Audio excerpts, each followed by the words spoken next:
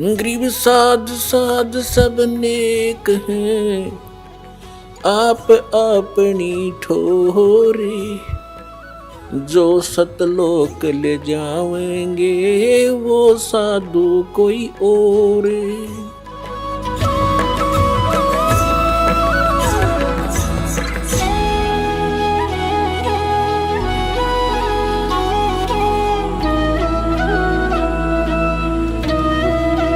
अब इन्होंने सोचा कि कोई पुत्र उत्पन्न करते हैं, उसको ये सारा काम संभलवा देंगे, हम निर्वाण धारण करेंगे, एकांत में रहा करेंगे। ये देखिएगा, ऐसा निश्चय करके शक्ति सहित सर्वव्यापी परमेश्वर शिव ने अपने वाम भाग के 10वें अंग पर अमृत मल दिया। फिर तो वहां से एक पुरुष प्रकट हुआ, यानी पति पत्नी व्यवहार किया, वहां से एक पुत्र उत्पन्न हुआ, उसका नाम के रखा। 102 पृष्ठ पे संक्षिप्त शिव पुराण 102 पृष्ठ पे शिव ने कहा, वत्स, उस काल ने कहा, बेटा, व्यापक होने के कारण तुम्हारा विष्णु नाम विख्यात हुआ, विष्णु धर दिया तेरा नाम। अब फिर हम यहाँ आते हैं, ये हमने 6वां अध्याय पढ़ लिया रुद्र संहिता का 7वां, ये 7वां अध्याय 103 पृष्ठ पे। ब्रह्मा जी कहते हैं देवर से, तत्पश्चात कल्याणकारी परमेश्वर शाम सदाशिव ने, काल ने पूर्ववत प्रयत्न करके जैसे अपनी दुर्गा से विष्णु की उत्पत्ति की, मुझे अपने दाहिने अंग से उत्पन्न किया। बस बात खत्म। अब यहाँ समस्या आ गई अनुवादकर्ता ने, क्योंकि इनको ज्ञान तो था नहीं, इनका उद्देश्य फिर इसको सब उलट सुलट करना ही था। अब इसको समस्या पैदा होगी कि शिव से शिव की उत्पत्ति कैसे बताऊं। अनुवादकर्ता ने गोल मोल कर दिया। कहते हैं चोर चुरावे तुंबड़ी और गड्ढा पानी में, वो गड्ढा हुआ ऊपर आवने, सच्चाई छानी ना। अब यहाँ आपको हम विद्वेश्वर संहिता, इसी शिव पुराण के अंदर एक अध्याय है, उसमें दिखाते हैं कि एक समय ब्रह्मा और विष्णु का झगड़ा हो गया। ब्रह्मा जी बोला मैं तेरा बाप विष्णु जी को, विष्णु जी बोले मैं तेरा पिता, तो मेरे नाभि कमल से उत्पन्न हुआ। ब्रह्मा जी कहने लगे मैं सारी सृष्टि का पिता, मैं प्रजापिता हूँ।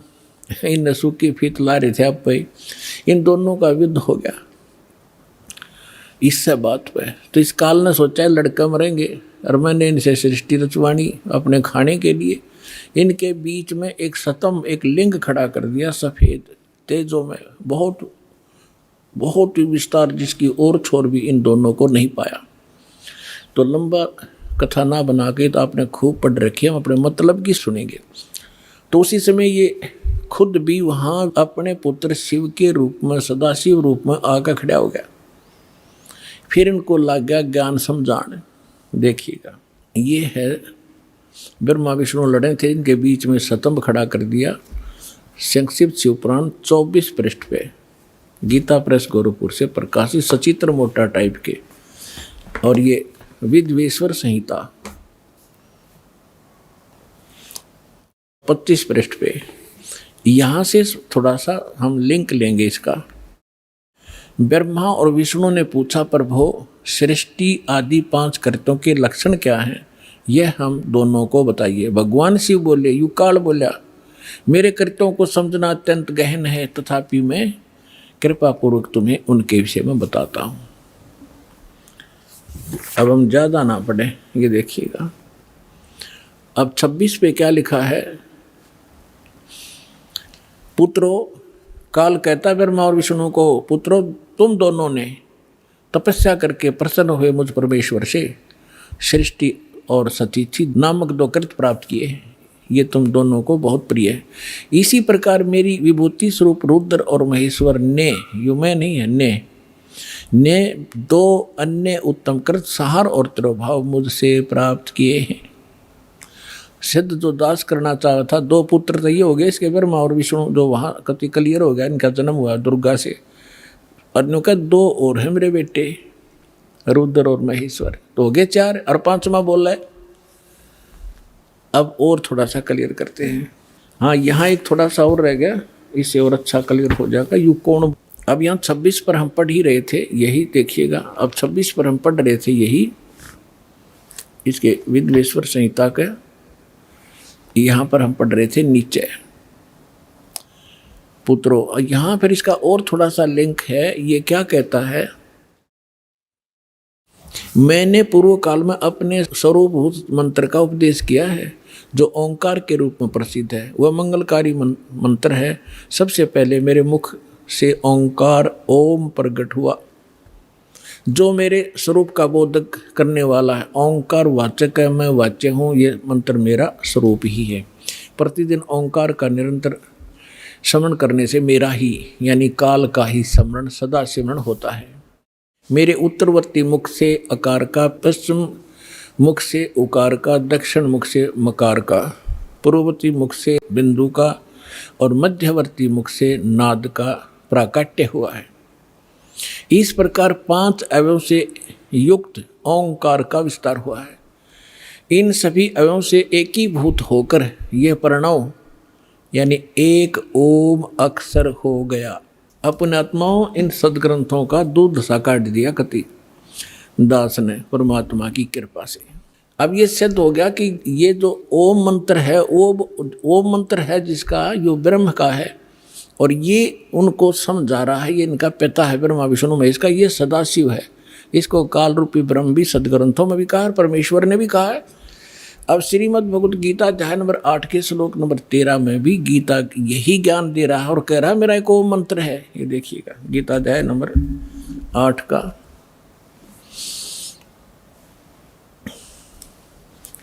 गीता अध्याय नंबर 8 का श्लोक नंबर 13 आपको दिखाते हैं। अध्याय 8 श्रीमद् भगवत गीता अध्याय 8 और मंत्र नंबर 13। ओम इति एकाक्षरम ब्रह्म व्यवहारण माम अनुस्मरण ये प्रियाति तजन देहम सयाति परमाम गतिम। माम ब्रह्म मुझ ब्रह्म का ओम ओम यह एक अक्षर मंत्र है, एक अक्षरम नथिंग एल्स। व्यवहारण अनुस्मरण उच्चारण करके सुमन करता हुआ यह प्रियाति तजन देहम जो शरीर छोड़कर जाता है सयाति परमाम गति जो ओम से मिलने वाली परम गति है उसको प्राप्त होता है। ओम अर्थ इन्होंने ये ओम किया, जो पुरुष ओम ओम इस एक अक्षर रूप ब्रह्म को उच्चारण करता है। एक अक्षर रूप ब्रह्म कहेंगे ये तीनों के मुझ ब्रह्म का केवल एक ओम मंत्र है। इसका उच्चारण करता हो जो शरीर छोड़कर जाता हो ब्रह्म से होने वाली जो मोक्ष है उसको प्राप्त करता हूँ। ब्रह्म से कौन सी उपलब्धि है? ब्रह्म से उपलब्धि है ब्रह्मलोक। अब ये देखिएगा 16वां श्लोक है 8वें अध्याय का। हे अर्जुन ब्रह्मलोक पर्यंत सब लोग पुनरावृत्ति में हैं, यानी ब्रह्मलोक में गए हुए प्राणी भी इन दोबारा जन्म मृत्यु में आते हैं। पुनरावृत्ति का इन्होंने विश्लेषण भी किया है, अर्थात जिनको प्राप्त होकर पीछे संसार में आना पड़े, यानी ब्रह्मलोक में गए हुए प्राणी भी पुनर्जन्म आते। यह इन्होंने अनुवाद थोड़ा सा गलत किया है कि हे कुंती पुत्र मुझको प्राप्त होकर पुनर्जन्म नहीं होता। देखे बिना दिमाग की बात इनकी। विद्यते का अर्थ विद धातु से बना है, विद माने जानना भी है। जो ये नहीं जानते कि मुझे प्राप्त होकर भी ब्रह्मलोक जाकर भी जन्म मृत्यु होते हैं तो मेरी भक्ति करके भी उनकी पुनर्जन्म होता है। जो ये नहीं जानते उनका पुनर्जन्म होता है अर्जुन। जो ये नहीं जानते कि ब्रह्मलोक में गए हुए प्राणी भी वापस आते हैं तो उनका वो मुझे प्राप्त होकर भी पुनर्जन्म है अर्जुन, उनका पुनर्जन्म है। इसका ये अर्थ है। यदि हम इनका ये अनुवाद सच्चा माने तो अध्याय नंबर 2 का श्लोक नंबर 12, अध्याय नंबर 2 का श्लोक नंबर 12 और अध्याय नंबर 4 का श्लोक नंबर 5 और 9, अध्याय नंबर 10 के श्लोक नंबर 2 ये कति गलत हो जाते हैं। देखिएगा श्रीमद् भगवत गीता अध्याय नंबर 2 और श्लोक नंबर 12। न तो ऐसा ही है कि मैं किसी काल में नहीं था, गीता ज्ञानदाता कह रहा ये ब्रह्म, अथवा तू नहीं था, अथवा ये राजा लोग नहीं थे, और न ऐसा ही है कि इससे आगे हम सब नहीं रहेंगे। इसके साथ ही देखना है इसी दूसरे अध्याय का 17वें श्लोक में स्पष्ट कर दिया है कि अविनाशी तो उसको जान जिससे, अविनाशी यानी नाश नहीं कहो, अविनाशी को, अविनाशी तो उसको जान जिससे यह संपूर्ण जगत व्याप्त है और इस अविनाशी का विनाश करने में कोई भी समर्थ नहीं है। यानी गीता ज्ञान दाता से कोई अन्य है जो वास्तव में अविनाशी है, जिसने सारे ब्रह्मांडों की रचना की है और वही रोके हुए। अध्याय नंबर 4 के श्लोक नंबर 5 और 9 में ये देखिएगा, ये है अध्याय नंबर 4 श्रीमद् भगवद गीता। इसका यहाँ ये 5वां मंत्र यहाँ से स्टार्ट है, लेकिन इसका अनुवाद यहाँ पर है। हे परंतम अर्जुन, मेरे और तेरे बहुत से जन्म हो चुके हैं। इति सिद्धम, गीता ज्ञानदाता भी जन्म मरता है, अविनाशी नहीं है ये। तेरे और मेरे बहुत से जन्म हो चुके हैं, उन सबको तू नहीं जानता, मैं जानता हूँ। और 9वें श्लोक में क्या कहा है, अध्याय नंबर 4 के और श्लोक नंबर 9 में, मेरे जन्म और कर्म अलौकिक हैं, दिव्य हैं। अध्याय नंबर 10 के श्लोक नंबर 2 में, अध्याय नंबर 10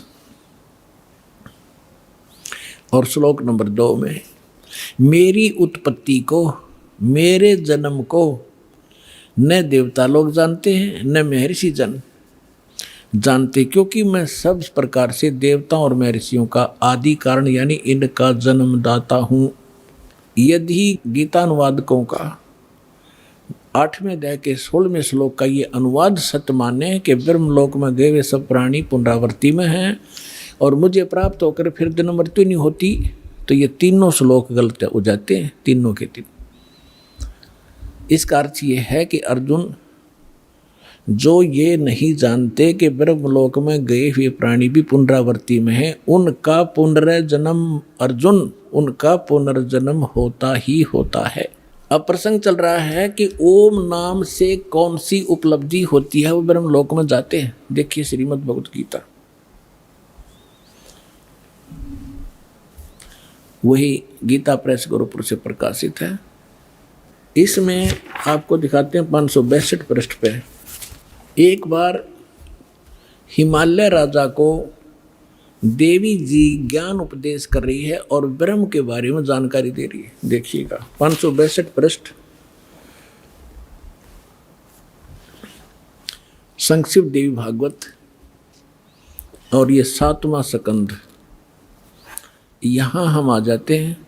देवी के द्वारा हिमालय को ज्ञानोपदेश, देवी के द्वारा हिमालय को ज्ञानोपदेश, ब्रह्म स्वरूप का वर्णन। श्री देवी जी कहने लगी, पर्वतराज, उस ब्रह्म का क्या स्वरूप है यह बतलाया जाता है। पहले तो अपने बारे में बताती है, मेरी भक्ति कर तो ऐसे ऐसे कर, लेकिन वो कहती है ये भी ठीक नहीं है। उस ब्रह्म का क्या स्वरूप है यह बतलाया जाता है, जो प्रकाश रूप, सबसे के अत्यंत समीप में स्थित, हृदय रूप गुहा में स्थित होने के कारण गुहाचर नाम से प्रसिद्ध है। महान पद अर्थात परम प्राप्य है। वह है परम सत्य। यहाँ काफी लंबा है लेकिन थोड़ा बताएंगे। वह है परम सत्य और अमृत अविनाशी तत्व है। सौम्य, उस वेदने योग्य लक्ष्य का तुम वेदन करो, मन लगाकर उसमें तन्मय हो जाओ। सौम्य, उपनिषद में कथित महान अस्त्र रूप धनुष को लेकर उस पर उपासना द्वारा तीक्ष्ण किया हुआ बाण संधान करो और फिर भावनागुत चित्त के द्वारा उस बाण को खींचकर उस अक्षर रूप ब्रह्म को लक्ष्य बनाकर वेधन करो। प्रणव, ओम धनुष है, जीवात्मा बाण है और ब्रह्म उसका लक्ष्य कहा जाता है। यानी जीवात्मा को ओम का जाप करके ब्रह्म के पाने का ही प्रयत्न करना चाहिए। इसका सिद्ध, ये सिद्ध है। उस एकमात्र परमात्मा ही को जानो, दूसरी सब बातों को छोड़ दो। देवी कहती है मेरी पूजा भी मत करना, केवल उस ब्रह्म की पूजा करो, केवल ब्रह्म की पूजा करो। उस एकमात्र परमात्मा ही को जाने, दूसरी सब बातों को छोड़ दे। यही अमृत रूप परमात्मा के पास पहुंचाने वाला पुल है। संसार रूपी समुद्र से पार होकर अमृत स्वरूप परमात्मा को प्राप्त कराने का यही सुलभ साधन है। इस आत्मा का, इस परमात्मा का ओम के जप से के साथ ध्यान करो, ओम का जाप करो। इससे अज्ञान में अंधकार से सर्वथा परे और संसार समुद्र से उस पार जो ब्रह्म है उसको पा जाओगे, तुम्हारा कल्याण हो। ओम नाम का जाप करो और ब्रह्म को प्राप्त हो जाओगे। वो ब्रह्म कहाँ रहता है? वह यह सबका आत्मा ब्रह्म ब्रह्मलोक रूप दिव्य आकाश में स्थित है, ब्रह्मलोक में रहता है। यानी ब्रह्म का साधक ओम नाम का जाप करने वाला ब्रह्मलोक में जाता है। गीता अध्याय नंबर 8 के श्लोक नंबर 16 में क्लियर कर दिया है कि ब्रह्मलोक में गए हुए प्राणी भी पुनरावृत्ति में। और अब ये गीता ज्ञानदाता ब्रह्म है, ये क्या कहता है? अब गीता ज्ञानदाता कहता है कि अर्जुन, उस सच्चिदानंद घन ब्रह्म ने जो अपने मुख कमल से ज्ञान बोला वो वास्तविक ज्ञान है, वो तत्व ज्ञान है। उसमें विस्तार के साथ उस परम पिता के पाणी की जानकारी है। उसको तत्वदर्शी संतों से जाकर समझ, उनको दंडवत प्रणाम करने से, कपट छोड़कर प्रसन्न करने से वो तत्वदर्शी संत तुझे परमात्म तत्व का ज्ञान कराएंगे। चौथे अध्याय के 32 और 34 श्लोक में। 15वें अध्याय के 1 से लेकर 4 का सारांश है कि उल्टे लटके हुए संसार रूपी वृक्ष है। पीपल का वृक्ष समझो, ऊपर को जड़, नीचे को 3 गुण रूपी शाखा है। और जो संत इस उल्टे लटके हुए संसार रूपी वृक्ष की सभी टहनियों समेत बता देगा, सब विभाग बता देगा, वो तत्वदर्शी संत है, वह वेदवित है। परमेश्वर ने यह लीला स्वयं की हुई है, अपनी मुखारविंद से बोली अमृतवाणी सच्चिदानंद घन ब्रह्म की वाणी। कबीर वाणी में लिखा है, अक्षर पुरुष एक पेड़ है, सरपुरुष वा की डार, निरंजन कहो सरपुरुष कहो, और तीनों देवा शाखा है, ये पात्र रूप संसार। 15वें अध्याय के 4 श्लोक में कहा कि जब तत्वदर्शी संत तुझे मिल जावे, उसके पश्चात परमेश्वर के उस परम पद की खोज करनी चाहिए, जहाँ जाने के बाद साधक फिर लौटकर कभी संसार में नहीं आते। और जिस परमेश्वर ने संसार रूपी वृक्ष की रचना की है, केवल उसकी भक्ति करो और सब बातें त्याग दे। 18वें अध्याय के 62वें श्लोक में कहा कि अर्जुन, तू सर्वभाव से उस परमेश्वर की शरण में जा, उस परमेश्वर की कृपा से तो परम शांति को और सनातन परम धाम को प्राप्त होगा। तो इससे सिद्ध हो गया कि गीता ज्ञानदाता से अन्य कोई और परम शक्ति है, और गीता ज्ञानदाता भी जन्म मृत्यु के अंदर आता है और ब्रह्म का उपासक ब्रह्मलोक में जाता है, और ब्रह्म से यही एक परम गति होती है, ब्रह्मलोक प्राप्ति होती है।